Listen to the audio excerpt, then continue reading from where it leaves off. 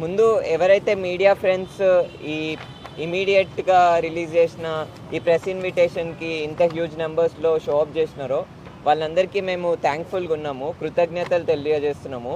ఎందుకంటే save Musi movement అనేది ఒక యువత ద్వారా నిర్మిస్తున్న ఒక ఉద్యమము.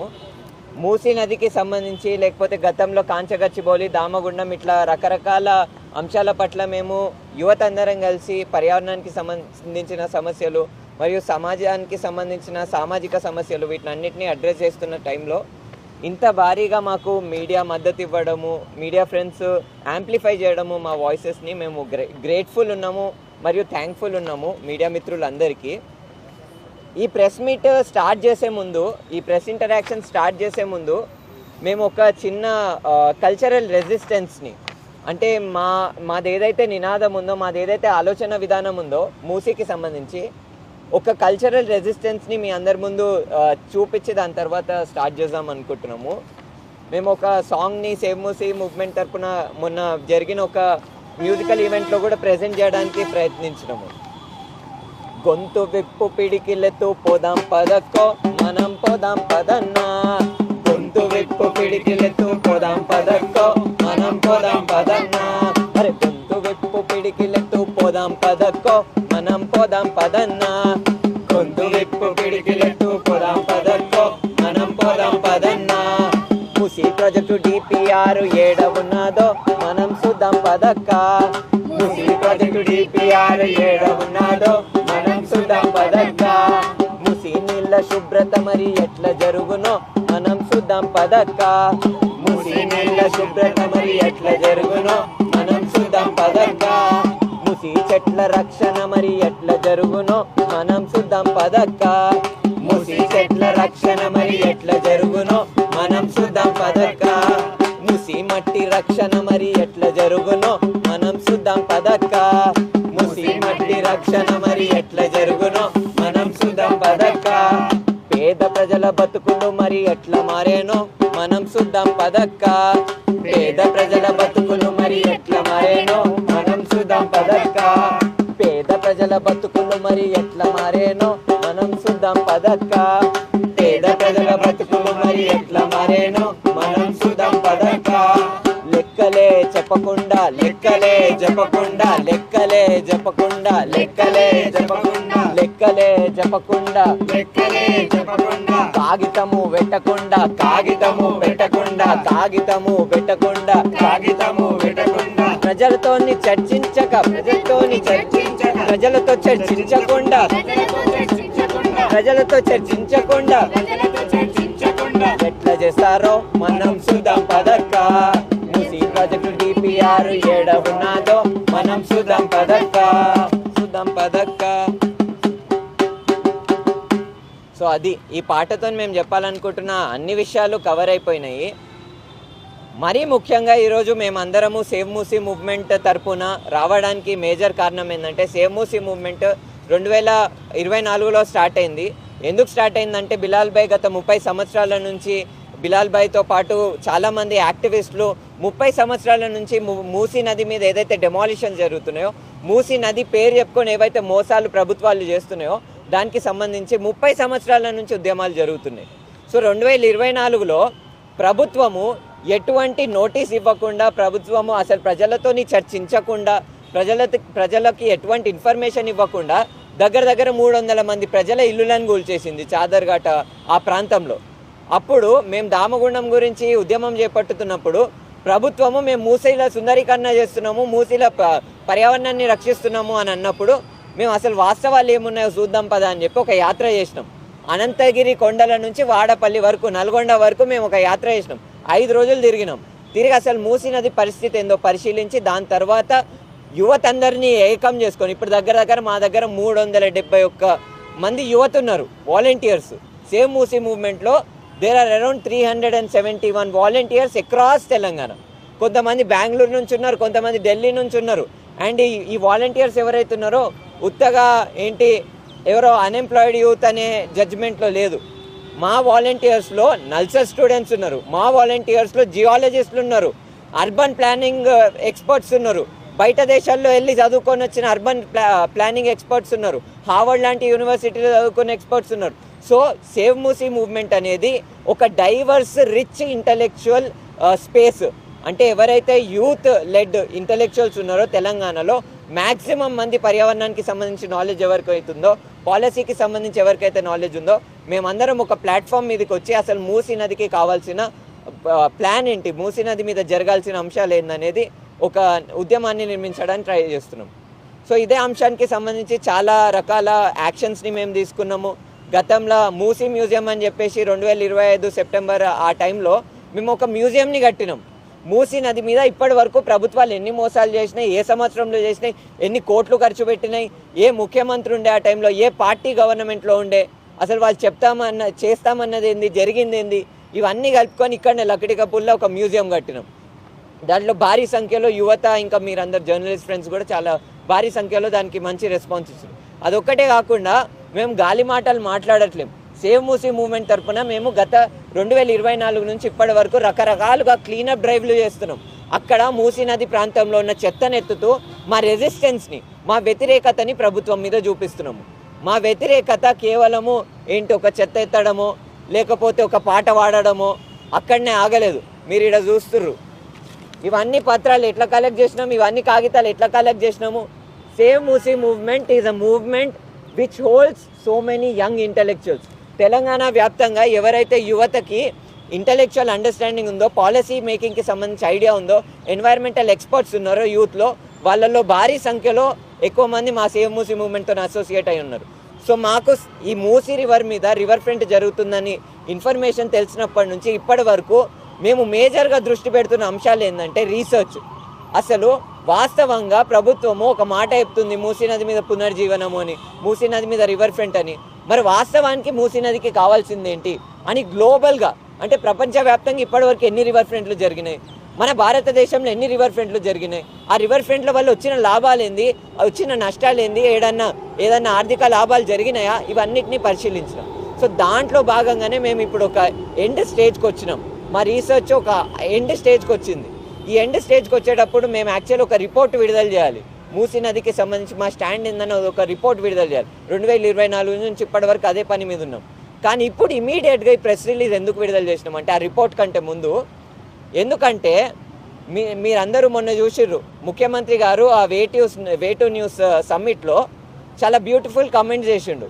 చాలా beautiful, undemocratic and completely authoritarian comments చేసిండ్రు. బహుశా ఆయనకి ఈ పదాలకు అర్థం కూడా తెలియదు, నాకు తెలియదు.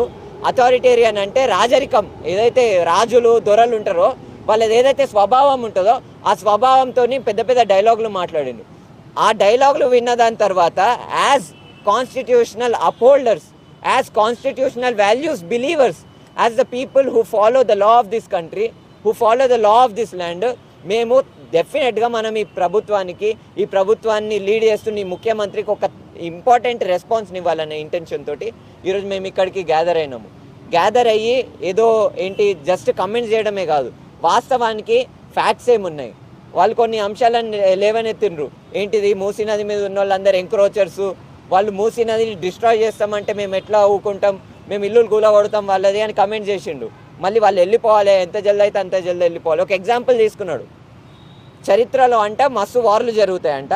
ఆ వార్లలో ఏం జరుగుతుందంటే, బేసికలీ ఎప్పుడైనా యుద్ధం జరిగితే, యుద్ధం చేసేటప్పుడు బాంబు వేసినప్పుడు కింద సోల్జర్ ఉన్నాడా లేకపోతే సామాన్య ప్రజలు ఉన్నారా చూసుకోరంట.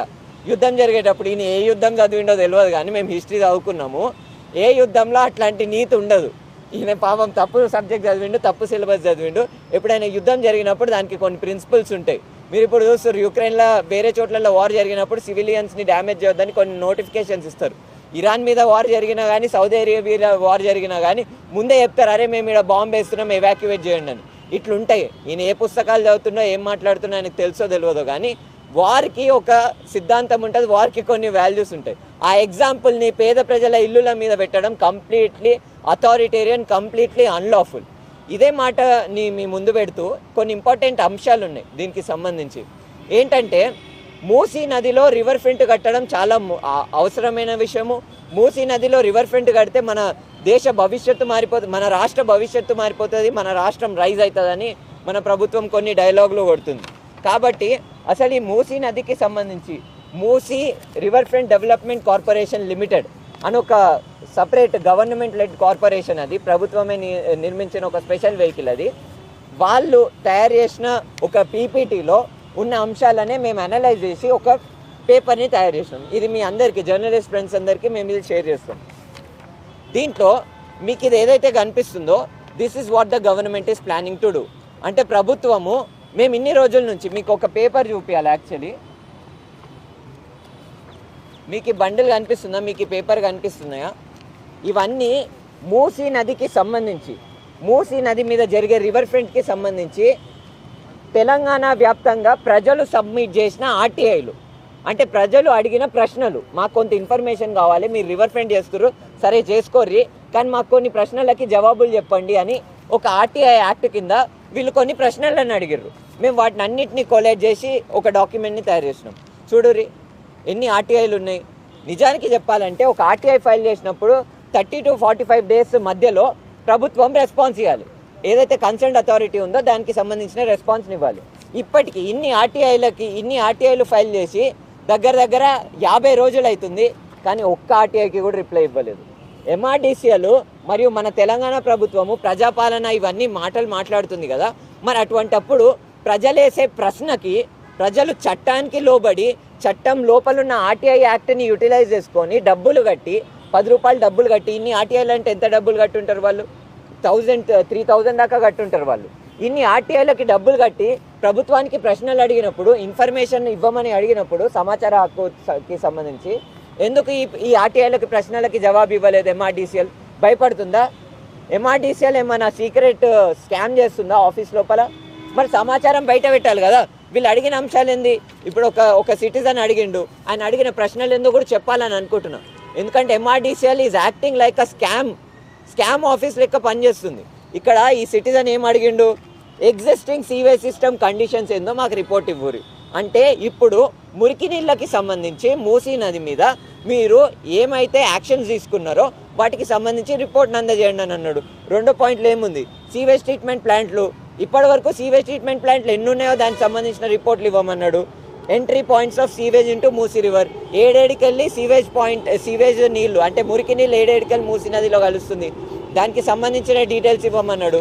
సో అంటే బేసిక్ క్వశ్చన్స్ అడగడము.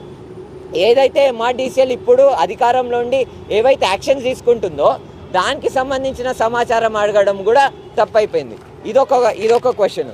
మీరు నెక్స్ట్ పేపర్ చూస్తే timeline of the events 2024లో ప్రజలు ఇల్లులు కూల్చేసిర్రు, 2026లో ఉన్నాం మనము, 2026 మేలు ఉన్నాం మనము. ఇప్పటి వరకు అసలు ప్రభుత్వము ఏమేమి యాక్షన్స్ తీసుకుంది? Musi river front development corporation limited, what are the actions that you took for developing river front? ఇప్పటి వరకు మీరు తీసుకున్న యాక్షన్స్ ఏంది? ఇట్లా చాలా ఇంపార్టెంట్ ప్రశ్నలు అడిగిర్రు. అన్ని సేమ్ ప్రశ్నలు కాదు, అందరు డిఫరెంట్ క్వశ్చన్స్ అడిగిర్రు. దాంట్లో కొన్ని క్వశ్చన్స్ మేము కూడా అడిగినాం. అంటే ప్రభుత్వము ఇంత పెద్ద మాటలు మాట్లాడుతుంది ప్రజాపాలన, డెమోక్రటిక్ రూల్ అని, మరి ఎందుకు డెమోక్రసీ లోపల ఏవైతే లాస్ ఉన్నాయో, ఏవైతే important people's governance transparency laws ఉన్నాయో వాటికి సంబంధించి రిప్లై ఎందుకు ఇస్తలేరు? చట్టాలను ఎందుకు ఫాలో అవుతలేరు? ఇదొక అంశం. ఇప్పుడు క్లియర్గా నేను కొన్ని అంశాలను లేవనెత్తాలని అనుకుంటున్నాను. ఈరోజు రుచిత్ కానీ, ప్రత్యూష కానీ, సురేష్ అన్న కానీ, మేమందరం యువత, మిగతా వాళ్ళం ఎవరైతే యువత ఉన్నామో మేమందరం ఈరోజు గన్ పార్క్ ముందు నిల్చొని ఈ నిరసన లాంటి ఒక ప్రెస్ కాన్ఫరెన్స్ని చేయడానికి మేజర్ కారణాలు ఒక 4 ఉన్నాయి. వాటిని అన్నింటినీ మీకు క్లియర్ కట్గా ఎక్స్ప్లెయిన్ చేయాలని అనుకుంటున్నాను. రివర్ ఫ్రంట్ అని అన్నప్పుడు ఇక్కడ మీకు ఇమేజ్లో కనిపిస్తుంది, ప్రభుత్వము విడుదల చేసిన ఇమేజ్. ఇది తప్ప మనకి ఏం ఇమేజ్లో కనిపిస్తలేవు బయట. ఈ ఇమేజ్లో వాళ్ళు ఏం చెప్తున్నారంటే 108 మీటర్స్లో వాళ్ళు ఒక రివర్ ఫ్రంట్ని కడతారు. 108 మీటర్స్లో రివర్ ఫ్రంట్ అంటే ఫర్ ఎగ్జాంపుల్ ఇది మూసీ నది అని అనుకుందాం. మూసీ నదికి 108 మీటర్స్ అంటే 2 సైడ్స్ కలిపి 108 మీటర్స్లో వాళ్ళు ఒక మేజర్ సెక్షన్లో మొత్తం కాంక్రీటైజ్ చేయబోతున్నారు. పీసీసీ అంటే ఏంటిది? పర్మనెంట్ కాంక్రీట్ అని అంటారు. దాని తర్వాత మీరు ఇంకా మిగతాది కాంక్రీట్ గ్రేడ్ ఉంటుంది M30 అని. ఇవన్నీ ఏంటంటే టెక్నికల్ కాంపోనెంట్స్, అంటే ఏ విధంగా వాళ్ళు కట్టబోతున్నారనే అంశాలు. ఇవన్నిటిని మేము అనలైజ్ చేసి అసలు ఎటువంటి ఇంప్లికేషన్స్ వస్తాయని పరిశీలిస్తే మాకు తెలిసిన మేజర్ విషయం ఏంటంటే, ఇప్పుడు మనం ఎండాకాలంలో ఉన్నాము, మనందరి దగ్గర కార్లు లేవు కదా. We all need to travel in bikes. తెలంగాణలో ఉన్న మోర్ దెన్ 70-80% పీపుల్ దగ్గర యాక్సెస్ టు కార్స్ లేవు. వాళ్ళందరూ ఎండలో బైక్ల మీదనే ట్రావెల్ చేస్తారు. ఆ తెలంగాణ ప్రజలందరికీ తెలుస్తుంది క్లియర్గా ఎండాకాలంలో ఎంత వేడి ఉందనేది మీ అందరు ఫీల్ అవుతున్నారు కదా. ఈ సంవత్సరము పోయిన సంవత్సరం ఎండకి మనం కంపేర్ చేసుకుంటే ఎంత విపరీతంగా ఎండలు పెరుగుతున్నాయి. సో ఎండలకి సంబంధించి మరియు వేడికి సంబంధించి ఒక కీలక అంశం ఉంది. ఎప్పుడైతే 21 కిలోమీటర్లలో 21 కిలోమీటర్స్లో ప్రభుత్వము రివర్ ఫ్రంట్ డెవలప్ చేస్తే, అంటే కాంక్రిటైజ్ గనక చేస్తే 21 కిలోమీటర్స్లో మూసీ నదిలో ఏం జరుగుతుందంటే ఆ మొత్తం ప్రాంతంలో 2 నుంచి 5% టెంపరేచర్ పెరుగుతుంది. ఆల్రెడీ మనం చూస్తున్నాం ఎంత వేడి ఉందనేది నగరంలో. రేపు ఆ రివర్ ఫ్రంట్ ఉన్న చోటు నుంచి మనం పక్కన ట్రావెల్ చేస్తే పేద వర్గాల ప్రజలు ఎవరైతే ర్యాపిడో నడుపుతున్నారో, లేకపోతే అక్కడ రోడ్ల పక్కన దుకాణాలు పెట్టుకున్నారో, లేకపోతే ఏవైతే పండ్లని పూలని అమ్ముకుంటున్నారో వాళ్ళ మీద ఎటువంటి ఒత్తిడి ఉంటుంది వేడికి సంబంధించి. 3 నుంచి 5 డిగ్రీస్ టెంపరేచర్ ఎక్కువ పెరగడం అంటే ఎటువంటి ఇంప్లికేషన్స్ ఉంటాయి వాళ్ళ ఉపాధికి సంబంధించి. సో ఇదొక మేజర్ పాయింట్. దీనికి సంబంధించి మిగతా డీటెయిల్స్ మీకు ఇంకా క్లియర్గా పేపర్లో కనిపిస్తాయి. ఇది ఒక్కటే కాకుండా రెండో అంశం ఏంటంటే వీళ్ళు సైన్స్ స్కిప్ చేసి మాట్లాడుతున్నారు. అంటే విజ్ఞానాన్ని మరియు ఏదైతే సైన్స్ ఉంటుందో దాన్ని పక్కన పెట్టేసి వీళ్ళు ఈ ప్రాజెక్ట్కి సంబంధించిన డీటెయిల్స్ గురించి మాట్లాడుతున్నారు. ఎందుకు అనంటే ఒక నది అని అన్నప్పుడు నది పైన మూసీ నది ఉంది. ఇప్పుడు మూసీ నది పైన ఏదైతే ఫ్లో ఏరియా ఉందో, అప్పర్ ఫ్లో ఏరియా ఉందో, గ్రౌండ్ ఫ్లో ఏరియా ఉందో, ఆ గ్రౌండ్ ఫ్లో ఏరియాలో ఏదైతే వాటర్ ఫ్లో అవుతుందో దానికంటే 50% ఏదైతే నీళ్ళు ఉన్నాయో అవి అండర్ గ్రౌండ్లో ఫ్లో అవుతాయి. అండర్ గ్రౌండ్ ఛానల్స్ అని అంటారు. అండర్ గ్రౌండ్ ఛానల్స్ ఉంటాయి. అవి మన నది కంటే ఎక్కువ మొత్తంలో నీళ్ళని క్యారీ చేస్తాయి. మూసీ నదికి పక్కన ఉన్న ల్యాండ్ మాస్టర్ అట్లాంటి అండర్ గ్రౌండ్ పాసేజ్ ఛానల్స్ ఉంటాయి, న్యాచురల్గా ఉంటాయి అవి. వీళ్ళ ప్లాన్లో ఆ అండర్ గ్రౌండ్ ఛానల్స్ని అస్సలు పట్టించుకోలేదు. ఈ ప్రశ్న ఎందుకు ముఖ్యమనంటే, ఫర్ ఎగ్జాంపుల్ చాదర్ ఘాట్లో పక్కనే ఒక ఏరియాలో ఒక బోర్వెల్ ఉంది అనుకుందాము. ఆ బోర్వెల్లో నీళ్లు పోవాలి కదా. సరే, ఆ బోర్వెల్లో మురికి నీళ్ళు ఉన్నాయి, మురికి నీళ్ళకి సంబంధించి మాట్లాడదాం. కానీ ఆ బోర్వెల్లో నీళ్లు ఉండాలి కదా. రేపు ఒక 30 సంవత్సరాల తర్వాత 40 సంవత్సరాల తర్వాత వాటర్ క్రైసిస్ అయినా ఏదైనా వచ్చినప్పుడు గ్రౌండ్ వాటర్కి సంబంధించి ఎక్స్ట్రాక్షన్ చేస్తున్నప్పుడు అక్కడున్న ప్రజలు యూటిలైజ్ చేస్తున్నప్పుడు నీళ్లు ఉండాలి కదా బోర్వెల్ లోపల. అసలు మూసీ నదికి ఇటువైపు అటువైపు కాంక్రీట్ వేసి పర్మనెంట్గా దాన్ని సీజ్ చేసేస్తే గ్రౌండ్ వాటర్ రీఛార్జ్ ఎట్లా జరుగుతుంది? అసలు ఆ గ్రౌండ్ వాటర్ లోపల వెళ్ళాల్సిన నీళ్ళు ఎట్లా వెళ్తాయి? ఇదొక ఇంపార్టెంట్ ప్రశ్న కాదా? ఇదొక సైంటిఫిక్ ప్రశ్న కాదా? ఇదొక అంశం. దీని తర్వాత వరదలను కాపాడుకోనికే మనం ఈ రివర్ ఫ్రంట్ కడుతున్నామని అంటుంది ప్రభుత్వం. వరదలను కాపాడుకోవడానికి రివర్ ఫ్రంట్ కనుక ప్రభుత్వం కడితే మరి అటువంటప్పుడు రివర్ ఫ్రంట్ వల్ల జమ్మూలో వరదలు వచ్చి ఎందుకు ఒక పెద్ద డిజాస్టర్ జరిగింది మీ అందరు చెప్పాలని అనుకుంటున్నాం. జమ్మూలో రివర్ ఫ్రంట్ కట్టడం వల్ల అక్కడ ఒక హ్యూజ్ ఇన్ఫ్రాస్ట్రక్చర్, ఆడ కేబుల్ కార్ కన్స్ట్రక్షన్ అని ఒక ప్రాజెక్ట్ చేసారు. అంటే కొన్ని కోట్లు ఖర్చు పెట్టి ఒకవైపు నుంచి నదికి ఇటువైపు నుంచి అటువైపు ఒక కేబుల్ కార్ కట్టింది. మూసి అక్కడున్న తవి నది మీద రివర్ ఫ్రంట్ కట్టడం వల్ల వాటర్లో ప్రెషర్ పెరిగి వాటర్ అనేది బాంబు లెక్క బ్లాస్ట్ అయింది. ఎందుకంటే అది హిమాలయన్ నదిలో చాలా ఎక్కువ ప్రెషర్తో వాటర్ వస్తుంది. సడన్గా ఇంత విడ్త్లో ఉన్న నది ఒక ఏరియాలో తక్కువ సైజు చేయడం వల్ల వాటర్ ప్రెషర్తో వెళ్ళి బ్లాస్ట్ అయింది. బ్లాస్ట్ కావడం వల్ల కొన్ని వేల కోట్ల నష్టం అక్కడున్న ప్రభుత్వానికి జరిగింది. ఇప్పుడు మన మూసీ నదికి సంబంధించి ఎట్లా ఇది ఒక డిజాస్టర్ అంటే, రివర్ ఫ్రంట్ ఎందుకు వరదలను సృష్టిస్తుంది, ఎందుకు పేదల ఇల్లులను కూలుస్తుంది అంటే, మూసీ నది ఇప్పుడు ఒక డిఫరెంట్ ఛానల్స్లో కవర్స్లో ఉంటుంది. దాన్ని మనము కాంక్రిటైజ్ చేసినప్పుడు ఏం జరుగుతుంది అంటే, ఈ మూసీ నది లోపల ఏవైతే ఆబ్స్టకిల్స్, ఏవైతే ఇబ్బందులు ఉన్నాయో, నది లోపల నీళ్లు ప్రెషర్తో పోవాలంటే మధ్యలో ఆబ్స్టకిల్స్ ఉన్నాయి, ఇబ్బందులు ఉన్నాయి. దానివల్ల ఏం జరుగుతుంది, నది స్పీడ్ అనేది తక్కువ అవుతుంది ఎప్పుడైనా వరదలు వచ్చినప్పుడు. కానీ మనం అక్కడ కాంక్రీట్ కట్టినప్పుడు ఏం జరుగుతుందంటే, నదిలో ఎప్పుడైతే వరదలు వస్తాయో అప్పుడు 2 నుంచి 5% స్పీడ్ పెరుగుతుంది, నదిది ఫ్రిక్షన్ పెరుగుతుంది. ఇది బేసిక్ ఫిజిక్స్ ప్రిన్సిపల్స్. కాంక్రీట్ కట్టినప్పుడు ఆ నది స్పీడ్ పెరుగుతుంది. స్పీడ్ పెరిగినప్పుడు ఏం జరుగుతుంది, ఇక్కడ హైదరాబాద్లో ఉన్న ప్రజల్లో కొంత ప్రాంతం వరకు ఆ 21 కిలోమీటర్ల వరకు వరదలకు సంబంధించి మూసీ నది వరదలకు సంబంధించి ఎటువంటి నష్టం జరగదు. కానీ ఆ 21 కిలోమీటర్లు దాటిన దాని తర్వాత చాదర్ ఘాట్లో కానీ అత్తాపూర్లో కానీ మిగతా ప్రాంతాలలో ఏ రకమైన ఇంప్లికేషన్స్ ఉంటాయి? ఇప్పుడు వీళ్ళు ఎంక్రోచ్మెంట్ అని అంటున్నారు మన ముఖ్యమంత్రి. మరి ప్రభుత్వం కట్టబోయే కాంక్రీట్ ఎంకరేజ్మెంట్ కాదా? ప్రభుత్వము అక్కడున్న చెట్లని తీసేసి, అక్కడున్న వన్యప్రాణులను తీసేసి, అక్కడ బతుకుతున్న పేద ప్రజలను తీసేసి అక్కడ కాంక్రీట్లు కడితే అది ఎంక్రోచ్మెంట్ కాదా? ఎంక్రోచ్మెంట్ అక్కడ నువ్వు చేస్తే నీళ్ళు ఎడిపోతాయి. మరి నీళ్ళు కింద ప్రాంతంకి పోవా? కింద ప్రాంతంకి పోయినప్పుడు 10 కత్వాలు ఉన్నాయి. ఆ కత్వాల ద్వారా అక్కడున్న 30-40 గ్రామాల్లో ఉన్న ప్రజలు మునిగిపోరా? సో ఇట్లాంటి ప్రశ్నలు కూడా ఉన్నాయి. ఇంకొకటి ఏంటంటే, మన ప్రభుత్వము గట్టిగా మాట్లాడుతున్న విషయం ఏంటంటే, మూసీ నది కాలుష్యాన్ని మేము ఠీక్ చేస్తాం, మూసీ నది కాలుష్యాన్ని మేము పరిశుభ్రత చేస్తామని వాళ్ళు మాట్లాడుతున్నారు. సో దానికి సంబంధించే మా దగ్గర ఒక ఎవిడెన్స్ ఉంది. మన ప్రభుత్వము మొన్న ఒక డిపిఆర్ విడుదల చేసింది. డిపిఆర్ అంటున్నాం, మొన్న ఒక ప్రెజెంటేషన్ చేసింది.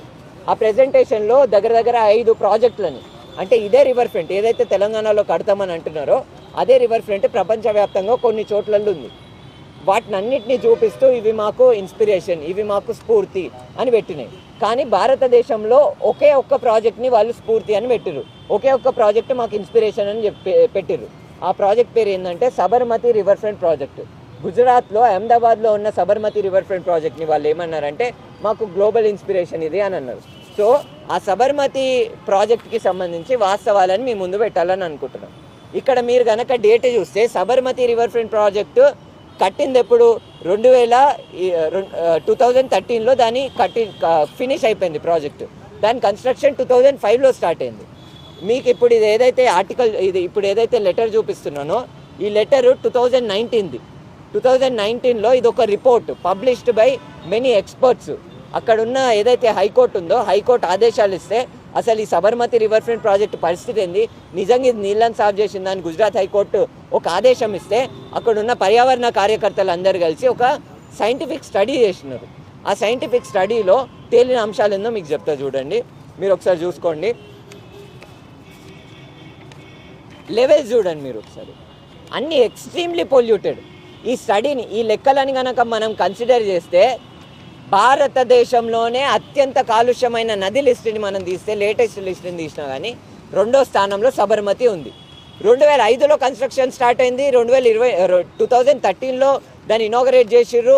ఇప్పుడు మనము 2026లో ఉన్నాం. ఎన్ని సంవత్సరాలు అవుతుందా? 10 సంవత్సరాల కంటే ఎక్కువ అవుతుంది ఆ ప్రాజెక్టు షురూ అయ్యి. ఇన్ని సంవత్సరాలు అయినా కానీ ఎందుకు మరి ప్రభుత్వము చేసిన ప్లాన్ వర్కౌట్ కాలేదు? ఎందుకు భారతదేశంలో అత్యంత కాలుష్యమైన నది లిస్టులో నెంబర్ 1లో ఉంది అది? సో ఇది ఒక ఇంపార్టెంట్ ప్రశ్న కదా. ఒక ఫెయిల్యూర్ మోడల్ని తెలంగాణకి ఎందుకు తీసుకొస్తున్నారు? 5,000 కోట్లు ఖర్చు పెట్టి ఈ ఫెయిల్యూర్ మోడల్ని ఎందుకు ఇంప్లిమెంట్ చేస్తున్నారు? ఇది ముఖ్యమైన ప్రశ్న కాదా?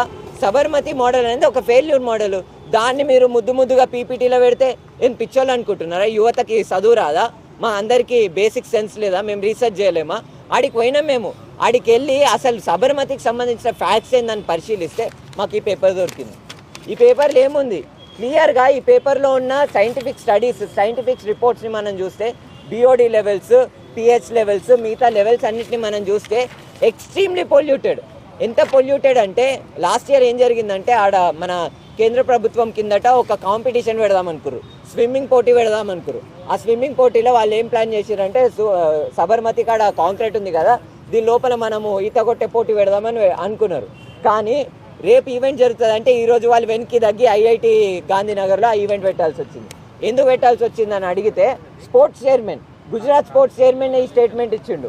ఆ సబర్మతి నీళ్ళని కనుక మన బాడీకి టచ్ అయితే మన హెల్త్ మొత్తం నాశనం అయిపోతుంది, స్పోర్ట్స్ ప్లేయర్ హెల్త్ మొత్తం నాశనం అయిపోతుంది అన్నది. అంటే ఏదైతే వర్స్ట్ ప్రాజెక్ట్ ఉందో, ఏదైతే ఒక ఫెయిల్యూర్ మోడలో, ఫ్రాడ్ మోడలో, ఫాల్స్ మోడలో, ఆ మోడల్ని తెలంగాణకి ఎందుకు తీసుకొస్తున్నారు నాకు అర్థం కాదు. మేము అందరం ప్రశ్నిస్తుంది ఏంది? అరే ఆల్టర్నేటివ్ ప్లాన్స్ ఉన్నాయి. ఇది ఒక్కటే కాకుండా రివర్ ఫ్రంట్ అంటే సిమెంట్ కట్టే ప్రాజెక్టులు జరగవు, కొన్ని చోట్లలో ఆల్టర్నేటివ్ ప్లాన్లు ఉన్నాయి. అట్లాంటి ఒక ఆల్టర్నేటివ్ ప్లాన్నే మీ ముందుకి పెట్టాలని అనుకుంటున్నా.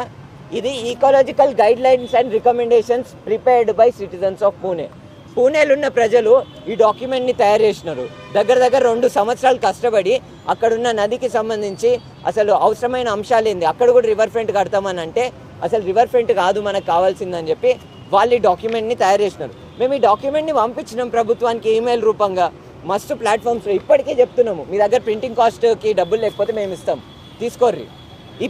కనీసం ఇట్లాంటి డాక్యుమెంట్లను రిఫర్ చేయరు. ఆల్టర్నేటివ్ మోడల్స్ 100 ఉన్నాయి. రివర్ ఫ్రంట్లో కాంక్రీట్ కట్టడమే కాకుండా మిగతా మెథడ్స్తో కూడా రివర్ ఫ్రంట్ చేయొచ్చు. మరి ఎందుకు ఆ మోడల్స్తో ముందుకు పోవట్లేరు?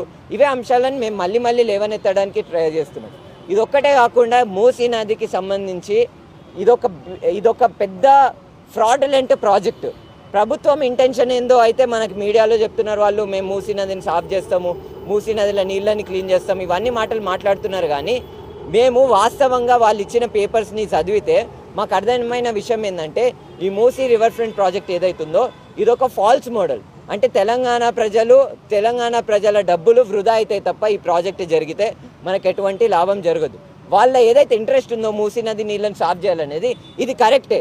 కానీ ఈ రివర్ ఫ్రంట్ మోడల్తో పోతే మన పేద ప్రజల డబ్బులన్నీ ఒక డబ్బు నోటు జేబులో పోతాయి తప్ప నిజంగానే మూసీ నది నీళ్ళ సాఫ్కి పోవు, లేకపోతే నిజంగానే మూసీ నది పర్యావరణాన్ని రక్షించుకునే అంశాలకి పోవు. కాబట్టి ఇదే అంశాలకు సంబంధించి బిలాల్ భాయ్ అని, సయ్యద్ బిలాల్ భాయ్ అని human rights forum city city president, ఆయనే గత 30 సంవత్సరాల నుంచి మూసీ నది మీద రకరకాల ప్రాజెక్టులు జరుగుతున్నాయి. చంద్రబాబు నాయుడు వచ్చి నందనవనం ప్రాజెక్ట్ అన్నాడు, దాని తర్వాత సేవ్ మూసీ ప్రోగ్రామ్ అని వైఎస్ రాజశేఖర్ రెడ్డి అన్నాడు, కేసీఆర్ వచ్చి MRDCL పెట్టిండు. ఇట్లా మల్టిపుల్ ప్రాజెక్ట్స్ జరిగినాయి. పేద ప్రజల ఇల్లులని కూల్చి చేస్తామంటున్న ఈ సుందరీకరణ మాకొద్దు మాకొద్దు. పేద ప్రజల ఇల్లులను కూల్చి చేస్తామంటున్న ఈ సుందరీకరణ మాకొద్దు మాకొద్దు. పేద ప్రజల ఇల్లులను కూల్చి నీళ్ళని శుభ్రం చేయకుండా చేస్తామంటున్న సుందరీకరణ మాకొద్దు మాకొద్దు మాకొద్దు మాకొద్దు మాకొద్దు మాకొద్దు. ఈ రివర్ ఫ్రంట్ మాకొద్దు, ఈ రివర్ ఫ్రంట్ మాకొద్దు. काट दिया जला दिया रे भैया, जला दिया रे देश की जंगल को बेच दिया रे, देश की जंगल को बेच दिया रे, देश की जंगल को बेच दिया रे. तोड़ दिया काट दिया जला दिया रे भैया, जला दिया बहना जला दिया रे. देश की नदियों को बेच दिया रे, देश की नदियों को बेच दिया रे, देश की नदियों को बेच दिया रे. तोड़ दिया काट दिया जला दिया रे भैया, जला दिया रे. देश की पर्वत को खा लिया रे, देश की पर्वत को खा लिया रे, देश की पर्वत को खा लिया रे, खा लिया रे भैया, खा लिया रे, खा लिया रे, खा लिया रे. अरे दामागुंडम खा लिया रे, दामागुंडम खा लिया रे, दामागुंडम खा लिया रे, दामागुंडम खा लिया रे. काजीरंगा खा लिया रे, काजीरंगा खा लिया रे. नल्ला मल्ला खा लिया रे, नल्ला मल्ला खा लिया रे. दामागुंडम खा लिया रे, दामागुंडम खा लिया रे, दामागुंडम खा लिया रे, दामागुंडम खा लिया रे. लुइद भी पी लिया रे, लुइद भी पी लिया रे, लुइद भी पी लिया रे. यमुना भी पी लिया रे, यमुना भी पी लिया रे. उसी को पी लिया रे, उसी को पी लिया रे, उसी को पी लिया रे. पीने को पानी नहीं, पीने को पानी नहीं, पीने को पानी नहीं, पीने को पानी नहीं, पीने को पानी नहीं, पीने को पानी नहीं. नदी बने नाले, नदी बने नाले, नदी बने नाले, नदी बने नाले, नदी बने नाले. तोड़ दिया काट दिया जला दिया रे भैया, जला दिया रे. देश की नदियों को बेच दिया रे, देश की नदियों को बेच दिया रे, देश की नदियों को बेच दिया रे, बेच दिया रे, बेच दिया रे, बेच दिया रे. Save Musi, save Musi, save people of Musi, save people of Musi. కాపాడాలి మూసీ నదిని, కాపాడాలి కాపాడాలి, కాపాడాలి మూసీ నది ప్రజలని, కాపాడాలి కాపాడాలి, కాపాడాలి మూసీ నదిని, కాపాడాలి కాపాడాలి, కాపాడాలి మూసీ నది ప్రజలని, కాపాడాలి కాపాడాలి. ఇక్కడికి వచ్చిన మీడియా మిత్రులందరికీ, ఇక్కడ ఉన్న మా వాలంటీర్స్కి కూడా చాలా థ్యాంక్ యూ. ఇంత ఎండలో కూడా ఇక్కడ పొద్దున్న నుంచి నుంచొని మా మాటలు వింటూ ఈ ప్రెస్కి ఇంటరాక్షన్కి మీరందరూ వచ్చినందుకు చాలా థ్యాంక్ యూ. సో మా ఈ యువత, తెలంగాణ యువత ఈ ప్రాజెక్ట్ని ఎందుకు అపోజ్ చేస్తుందని చెప్పి ఇంతకుముందు మా టీం మెంబర్ కూడా రుచిత్ కూడా చెప్పాడు. అండ్ ఎందుకు అపోజ్ చేస్తున్నామో దాన్ని అంతా ఇప్పుడు డిస్కస్ చేసుకున్నాము. కాకపోతే అసలు మూసీ ఎట్లా పొల్యూట్ అవుతుంది, ఏ ఫ్యాక్టరీ వేస్ట్, ఏ ఇండస్ట్రియల్ వేస్ట్, ఫార్మాసిటికల్ వేస్ట్ ఇందులో కలుస్తుంది అనేదానికి ఒకసారి మనం ఆలోచించాలి. ఇంత హార్మ్ఫుల్ వేస్ట్ ఈ సిటీ చుట్టుపక్కల ఉన్న అవుట్స్కట్స్లో ఉన్న ఇండస్ట్రియల్ వేస్ట్, ఫార్మాసిటికల్ వేస్ట్ చాలా మటుకు ఈ మూసీలో కలుస్తుంది. దీన్ని ఆపడానికి ఎందుకు గవర్నమెంట్ ప్రయత్నించట్లేదు అని చెప్పి మనం ఆలోచించాలి. మనం రీసెంట్ సర్వే చూస్తే 2019 to 2020 in just 1 year 3 lakh tons of pharmaceutical waste మూసీలో కలిసింది. దీన్ని ఎందుకు ఆపలేదు గవర్నమెంట్? దీన్ని ఎందుకు దృష్టిలోకి తీసుకోలేదు? ఎందుకంటే ఈ ఫార్మాసిటికల్ ఇండస్ట్రీస్ అన్నీ ఈ గవర్నమెంట్కి, ఈ పొలిటికల్ పార్టీస్కి ఫండింగ్ చేస్తున్నాయి. అది దృష్టిలో పెట్టుకొని మాట్లాడట్లేదు ఒక్క గవర్నమెంట్ కూడా, ఒక్క పొలిటికల్ పార్టీ కూడా మాట్లాడట్లేదు, ఒక లీడర్ కూడా ఎందుకు మాట్లాడట్లేదు? అది మనందరం ఆలోచించాలి. ఈరోజు తెలంగాణ యువత ఇట్లా రోడ్లు ఎక్కడానికి కారణం ఏంది? అసలు ఎందుకు ఇట్లా రోడ్డు మీదకి వచ్చి ఫైట్ చేస్తున్నారు అని ఆలోచిస్తే ఇదే కదా. ఈ గవర్నమెంట్ పట్టించుకోవట్లేదు, అనవసరంగా జనాల మీదకి వచ్చేసి ఇండ్లు కొట్టడం ఏంటిది? ఒకసారి ఆలోచించాలి ప్రతి ఒక్కరు. ఒక పార్టీకి సంబంధించిన వ్యక్తులుగా కాకుండా, ఒక గవర్నమెంట్కి సంబంధించిన వ్యక్తులుగా కాకుండా, ప్రజల తరపున నించొని మాట్లాడే వ్యక్తులుగా ఈరోజు మనం అందరం ఉండాలి. ఈరోజు యువత అందుకే ఈరోజు సేవ్ మూసీ మూవ్మెంట్ తరపు నుంచి ఇట్లా మీ అందరితో మాట్లాడడానికి కూడా, ప్రజల తరపున నించోడానికి కూడా ముందుకు వచ్చి మాట్లాడుతుంది. ఈరోజు వాటర్ ఈ approximately 1 lakh hectares of land agriculture భూమి, ఈరోజు దాన్ని కల్టివేట్ ఎట్లా అవుతుంది అని చూస్తే అగ్రికల్చర్ ల్యాండ్ ఈ మూసీ నుంచి పోయే వాటర్తోనే అగ్రికల్చర్ ల్యాండ్ను పంటలు పండిస్తూ ఉన్నారు. 1 lakh hectares of land, it's not a small thing. 2,47,000 ఎకరాలు అగ్రికల్చర్ భూమి ఎట్లా సాగు చేస్తున్నారు, ఎట్లా పండుతుంది పంట అని చూస్తే ఈ మూసీ పొల్యూటెడ్ వాటర్లో ఎన్ని హార్మ్ఫుల్ కెమికల్స్ ఉన్నాయని చూస్తే జింక్, చాలా హార్మ్ఫుల్ కెమికల్స్. వీటి వల్ల ఉమెన్కి ప్రెగ్నెన్సీ డిలే అవుతుంది, పిల్లలు బేబీస్ చాలా డిఫెక్టెడ్ చిల్డ్రన్గా పుడతారు, క్యాన్సర్ వస్తుంది. ఇవన్నీ దృష్టిలో పెట్టుకొని గవర్నమెంట్ పనిచేయాలి. వీటన్నిటిని ఏం దృష్టిలోకి తీసుకోకుండా ఇండ్లు కొడతాము, కాంక్రిటైజ్ చేస్తాము అంటే ఎట్లా నడుస్తుంది? మన రీసెంట్గానే May 15th రోజు మన ఇరిగేషన్ మినిస్టర్ గారు ఒక స్టేట్మెంట్ పాస్ చేస్తారు. ఇప్పటి నుంచి బోర్వెల్స్ తవ్వకండి అని చెప్పి 16 డిస్ట్రిక్ట్స్ని రెడ్ అలర్ట్ కింద ప్రకటించారు. ఇకపై నుంచి అక్కడ ఏ బోర్వెల్ తవ్వద్దు అని చెప్పి. ఎందుకు? గ్రౌండ్ వాటర్ లెవెల్స్ ఇనికిపోయినాయి, మొత్తం గ్రౌండ్ లెవెల్ వాటర్లే లేదు. ఎందుకు అని చూస్తే ఇది ఈ పొల్యూషన్. కానీ ఇప్పుడు ప్రెజెంట్ హైదరాబాద్లో, ఎస్పెషల్లీ హైదరాబాద్లో బోర్వెల్స్ రేషియో చాలా ఫాస్ట్గా ఇంక్రీజ్ అవుతుంది. ఇలాంటి సిచ్యువేషన్లో ఒక నదిని కాంక్రిటైజ్ చేస్తే వాటర్ భూమి లోపలికి ఎట్లా ఇనుకుతాయి, భూమి లోపల బోర్ వాటర్ రేషియో ఎట్లా పెరుగుతుంది అని ఆలోచిస్తే దానికి సమాధానం చెప్పట్లేదు గవర్నమెంట్. ఇది ఒకసారి ఆలోచించాలి. ఈరోజు గవర్నమెంట్ ఈ కాంక్రిటైజ్ చేస్తే వాటర్ ఇంకిపోవు అంటే గ్రౌండ్ లెవెల్లో వాటర్ పెరగడానికి అవకాశం లేదు. అవకాశం లేకపోతే ఎట్లా ఇంకిపోతుంది? ఫ్యూచర్ తరాలు మా జనరేషన్ వచ్చేసరికి, లేదంటే మీ పిల్లల జనరేషన్ వచ్చేసరికి వాటరే ఉండదు. There will be shortage of water. బోర్వెల్స్లో వాటర్ ఉండదు, ఎక్కడ వాటర్ కనిపించదు. ఇక మళ్ళీ ట్యాంకర్లు రోడ్ ఎక్కాల్సి వస్తుంది. దీన్ని ఒకసారి ఆలోచించాలి మీరు. ప్రతి ఒక్క యువత దీని గురించి ఆలోచించి, దీని గురించి స్టాండ్ తీసుకొని మాట్లాడే స్టేజ్లో మీరు ఉండాలని చెప్పి ఈ సందర్భంగా తెలియజేస్తున్నాం.